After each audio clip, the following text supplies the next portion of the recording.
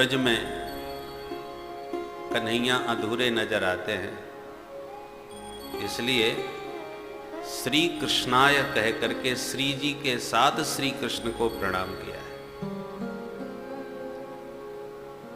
श्री किशोरी जी का नाम है श्री।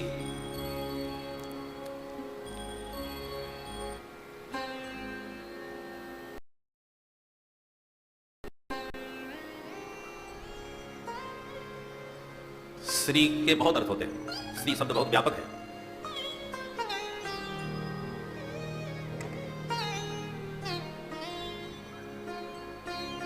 श्री माने शोभा,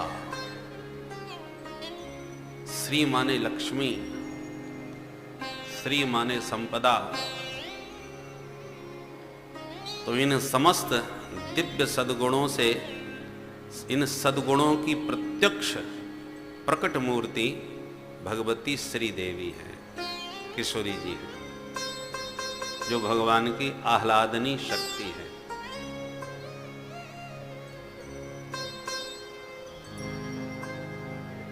ऐसी श्री जी के साथ कृष्ण कन्हैया को हम पुनः पुनः प्रणाम करते हैं, जो सत घन चित घन और आनंद घन है, लीला पुरुषोत्तम है।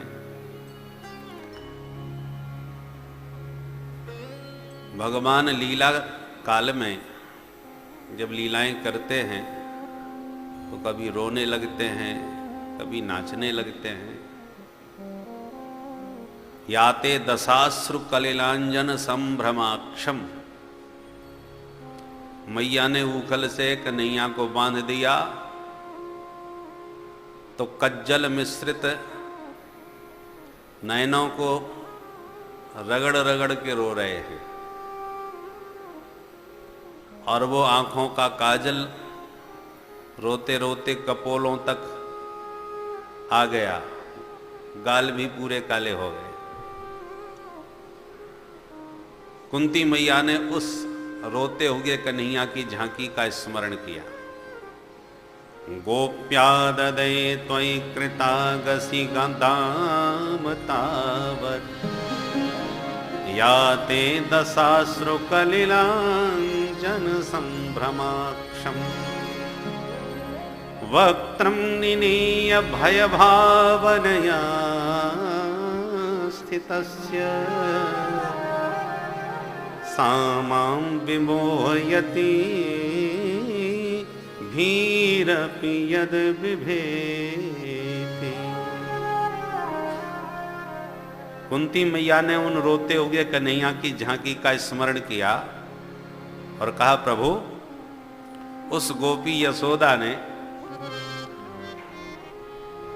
आपको जब पकड़ के ऊखल से, दाम से, रस्सी से बांध दिया तो याते दशा, उस समय जो आपकी दशा हुई, क्या? अश्रु कलिलांजन, कज्जल मिश्रित अश्रुओं से आप झरझर के रोए रहे थे कि मैया मुंह को मुक्त कर दे। सामाम विमोहयति, वो आपकी वह लीला, वह झांकी मेरे को मोह में डालती है। मैं मोहित इसलिए हो जाती हूं कि मुझे विश्वास नहीं होता। भीरपि यद बिभेति, भय भी जिससे भयभीत रहता हो, जासु त्रास डर कहूं डर होई, वह परमात्मा आज रो रहा है, मैया के सामने कांप रहा है। और गजब की बात है कि दुनिया को मुक्ति देने वाला आज अपनी मुक्ति के लिए याचना कर रहा है कि मैया मुझको मुक्त कर दे। सारा संसार उस मुकुंद से मुक्ति मांगता है। मुकुंद का मतलब मुक्तिम ददाति इति मुकुंदः, जो सबको मुक्ति का दान करता है।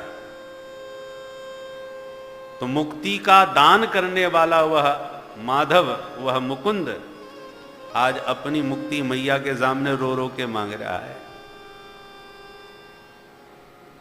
तो सामाम विमोहयति, वो आपकी लीला मेरे को मोह में डाल देती है। भगवान की जो सगुण साकार लीलाएं हैं,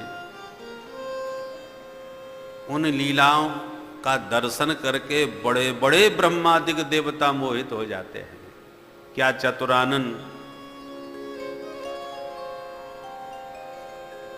विधाता सृष्टिकर्ता ब्रह्मा जी भी मोहित हो गए, भगवान को जूठा मीठा खाते ब्रज में देखा तो। राम जी के रुदन को देखकर सती मैया मोह में पड़ गई, ये कैसे सच्चिदानंद, इनको इतना भी नहीं मालूम हमारी पत्नी किधर है। परमात्मा व्यापक होते हैं, सर्वज्ञ होते हैं, इनको तो कुछ भी नहीं मालूम। भगवान आनंद सिंधु होते हैं, ये तो रोते फिर रहे।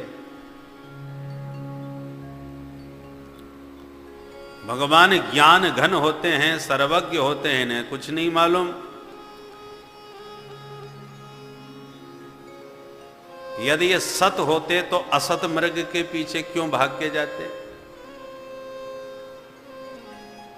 सोने के मृग नहीं होते, ये हम लोग भी जानते हैं, और ये परमात्मा होकर के भी सोने के मृग का शिकार करने के लिए भाग लिए, तो हम कैसे माने ये भगवान है?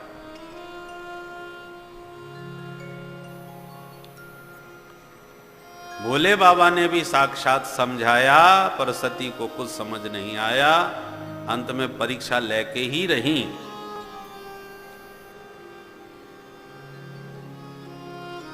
तो कहने का तात्पर्य है कि भगवान की लीला इतनी विचित्र होती है कि सगुण साकार उन दिव्य लीलाओं का दर्शन करके कभी कभी बड़े बड़े देवता भी मोह में पड़ जाते हैं। तो प्राकृत प्राणी मोहित हो जाए तो कौन आश्चर्य की बात।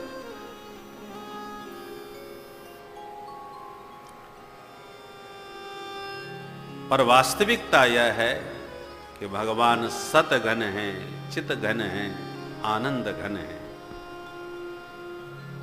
घन माने ठोस, सत घन का मतलब असत का कोई प्रवेश नहीं, चित घन का मतलब अज्ञान का कोई प्रवेश नहीं, आनंद घन का मतलब दुख का कोई प्रवेश नहीं। सच्चिदानंद रूपाय, ऐसे भगवान सत्य चित आनंद स्वरूप है। उन्हीं से सारे विश्व प्रपंच का सृजन हुआ है। सोना तो एक ही होता है, अब उसी सोने से अंगूठी भी बन जाती है, कंगन भी बन जाते हैं, लर भी बन जाते हैं, हार भी बन जाते हैं, कितने आभूषण बन के तैयार हो जाते हैं। सबके नाम अलग अलग हो जाते हैं, सभी के आकार अलग अलग हो जाते हैं, पर मूलतः विचार करो तो सोना वही है। ऐसे ही हरिरेव जगत जगदेव हरि, मूल में तो हरि ही हैं, और उन हरि ने ही जगत के रूप में अनेक रूप धारण किए हैं। अनेक रूप रूपाय विष्णवे प्रभ विष्णवे, विश्वोत्पत्त्यादि हेतवे।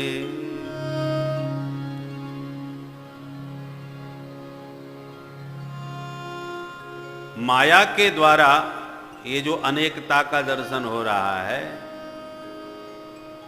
भगवान से चित्त हट करके जब माया को देखने लगता है तब हम परेशान हो जाते हैं।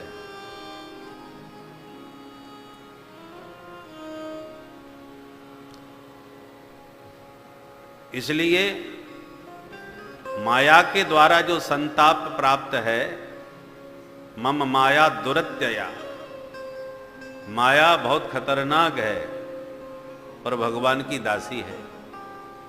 इसलिए माया के इन प्रपंचों से और ताप से यदि बचना है तो तापत्रय विनाशाय, तीन तापों में सारे संताप आ जाते हैं, दैहिक दैविक भौतिक ताप। इसी को आध्यात्मिक आधिदैविक आदि भौतिक ताप कहते हैं।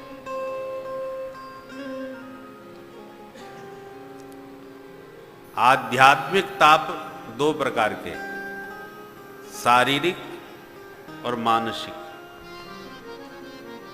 शरीर में जो रोग व्याधियां हमको सताती हैं ये शारीरिक ताप है।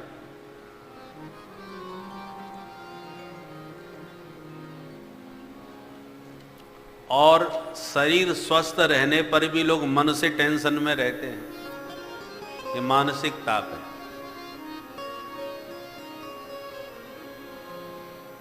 तो इन दोनों को आध्यात्मिक ताप कहते हैं, शारीरिक और मानसिक।